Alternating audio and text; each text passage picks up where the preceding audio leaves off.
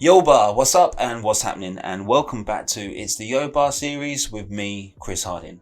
I'd also like to welcome you back to the Diabetes Transformation course with Adaption Nutrition, and It's the YOBA series. So guys, as a nutrition coach and someone who specializes in type 2 diabetes and type 2 diabetes reversal, for me personally, nutrition is the most important thing.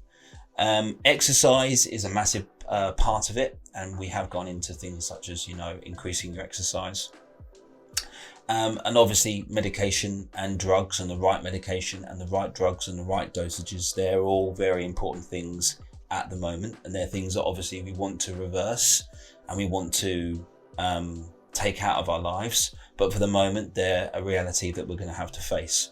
But the one reality that you should always face and also really get pleasure from is your nutrition, the food that you eat, and the food that you should start to learn to enjoy. So guys, because of that, what I'm going to do is I'm going to give you 5 principles that I think that you should stick to when you are trying to reverse your diabetes and also change your habits around your lifestyle. Now, when I look back at some of the clients that I've worked with, one client comes into mind quite immediately, is someone who ate quite a lot of bland food. She ate a lot of chicken and rice, and she just sort of generally believed that if she ate really boring and bland food, that was going to be the thing that was actually going to help her to lose weight in order for her to reduce her diabetes. This isn't true.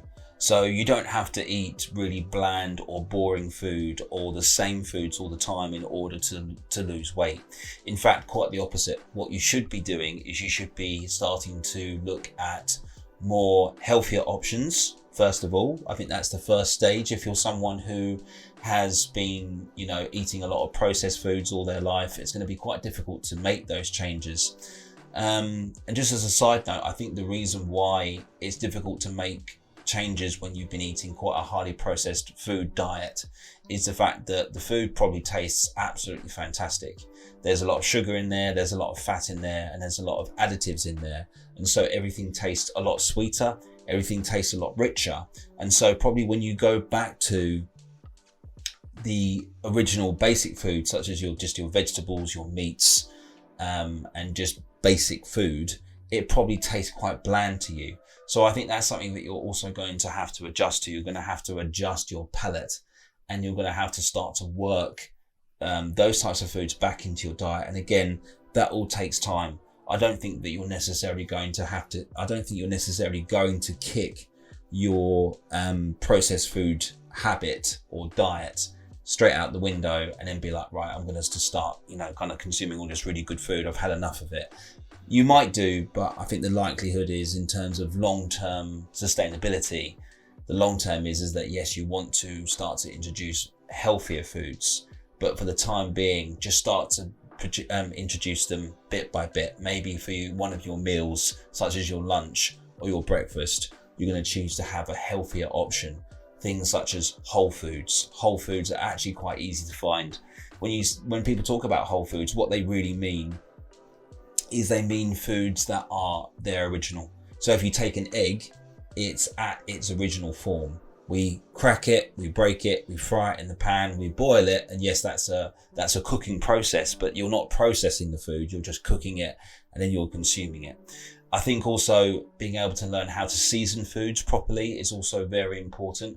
I season all my foods, including my salad and also the vegetables that I eat, because they taste so much better. I tend to cook with either olive oil or I cook with butter. I don't cook with any of the processed oils such as rapeseed oil or vegetable oils, because those processed oils have been highly processed and you're not actually obtaining that oil through a natural form. Those highly processed oils aren't good for you. So I know that everyone sort of bangs on about sugar, and sugar's the enemy and blah, blah, blah. But actually, I think one enemy which isn't looked at as much in sort of the Western diet is processed oils. Processed oils are hugely terrible for you, especially vegetable oil. there's not a lot of nutrients in it, but also the fact that when you heat them, they don't respond very well. So if you cook with rapeseed oil or vegetable oil, when you heat that in a pan, the structure inside, or the molecules inside the fat, respond differently as they would do to butter or olive oil. And when you ingest that, you start a process called oxidization. And oxidization basically means that the oil is starting to oxidize the tissue inside the body. And that's really not a good thing. Anyway, as I slightly digress there, I would just like to reinforce the fact that you should enjoy the food that you eat, and you should start to try and find ways in where you can enjoy more whole foods again. And that is going to mean that you're going to have to either learn to do one of two things or both. You need to learn how to prep your food. So preparation is a massive key. And you're also going to have to learn how to cook a little bit. So there's tons and tons of ways to learn how to cook now. You can probably buy an app and learn how to cook, but just something simple as going onto YouTube or onto Instagram, there's loads of things like that you can learn how to cook, and just basic cooking. Basically, we have got more work to do than ever. I think we work longer and longer hours. Therefore, we need faster and faster food to be able to keep up with the hours that we're going to work. So we've now got fast processed food that's keeping up with our fast and long and tiring and stressful lifestyles. And those things are all correlating towards diabetes. Those things are all correlating towards poor health. So when you want to look at reversing your diabetes through nutrition, one of the things that I think you really need to invest in is a little bit more time around your food. Invest in your preparation around food, but also invest in cooking food and giving it time. Are there things in your day-to-day life that you can switch down a little bit, such as spending too much time on your phone, spending too much time doing things where you're procrastinating, and actually getting on with the real problem in hand, which is obviously your health, but also starting to fix that by addressing your nutrition. So the second principle that I'm going to give you is that you don't want to start to undercut your food. Again, I've met clients who have been diagnosed with diabetes, and one of the first things they did is they went on a crash diet and basically tried to eat nothing. And in a very short amount of time felt dreadful. Okay, you might have lost some weight, but that's probably more water than it is anything else, and probably also some muscle tissue, which isn't the thing that you want to be losing. You certainly don't want to start the process of your body breaking down muscle tissue back into sugar again, which is called glyconeogenesis. So you definitely want to avoid undercutting your food intake. What you want to do, as I said in the previous principle, is that you want to start to introduce better quality foods. And again, you want to be having a decent amount of meals. Your body has got an amount of energy that it spends per day. And if you want to look at energy expenditure, I'll link the video up to that here. Your body has an amount of energy it needs to expend per day. This is called your basal metabolic rate, or your BMR, or your resting metabolic rate, which is called your RMR. And then obviously you've got things such as work and social activity, and then you've got things such as exercise as well. So your body actually expends a lot more energy than you probably think it does every single day. And if you undercut that expenditure, then your body will start to burn the things you don't want it to burn. So it will start to burn things such as muscle tissue. You also start to feel really fatigued and really tired. Now, for a normal person who doesn't have type 2 diabetes, that's fine.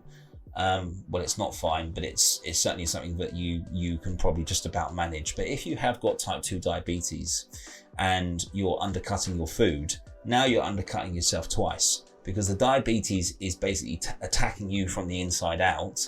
It's attacking your organs. It's starving you of oxygen, because your blood's going to be oxygen depleted.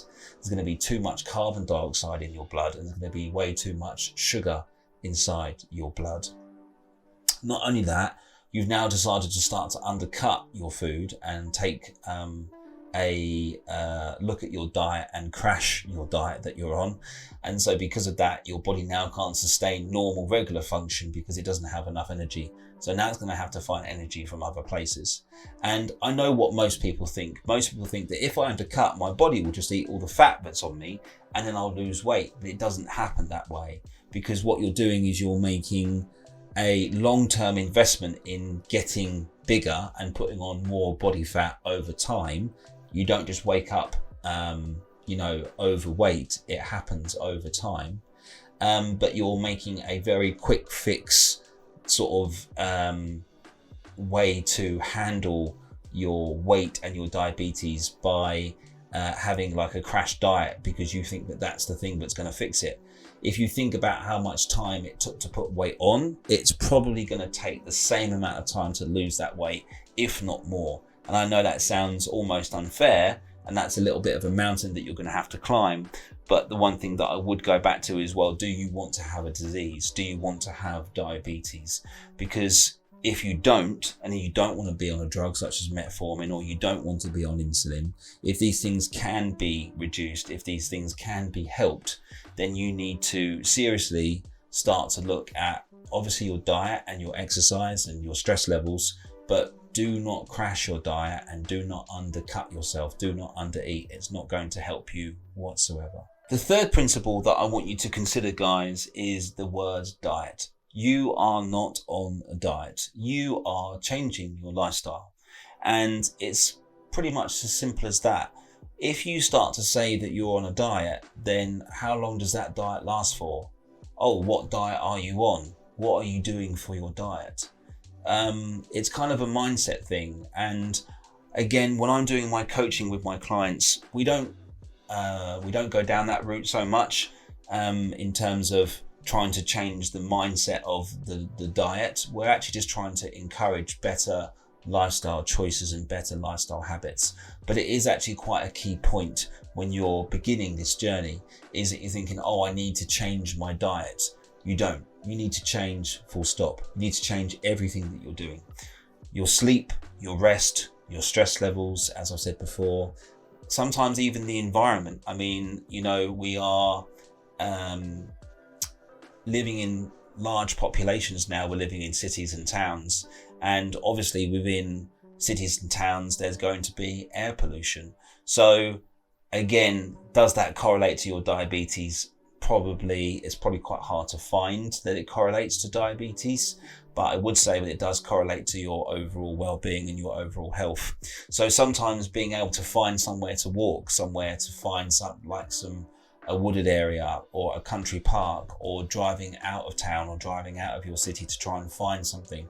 Doesn't have to be all the time, but it is good for you to be able to break away from the monotony and the thing of the same thing every single time.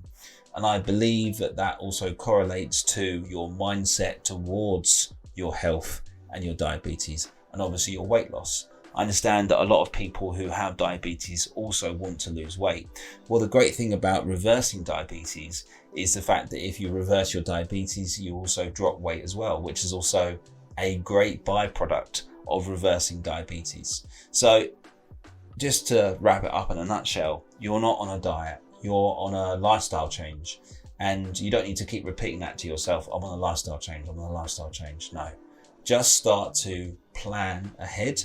Start to make some sensible choices. Start to reduce the things you know that are bad for you. Start to reduce the things that you know aren't going to help you in this journey, and just tackle it day by day by day.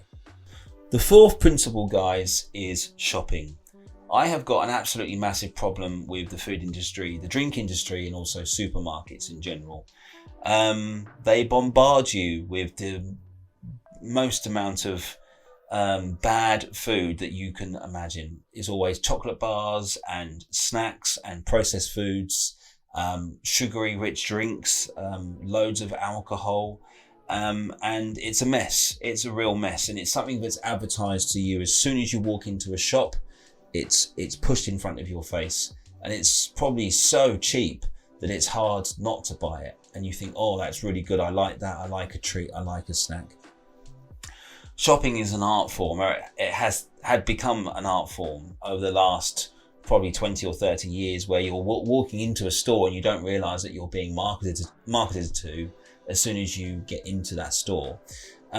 What I suggest you do is that you ignore the first aisle, at least, or the first few aisles, because they're going to be bombarded with offers of foods that aren't really going to be that good for you. They're going to be full of sugar, processed oils, and they're going to have huge quantities of calories in a small amount. So if you can imagine something like a breakfast cereal bar, it will be that big, and it probably won't fulfill you. You probably won't feel sustained, but it will have quite a high amount of calories just in that small breakfast bar, especially if it's been layered in chocolate and stuff like that.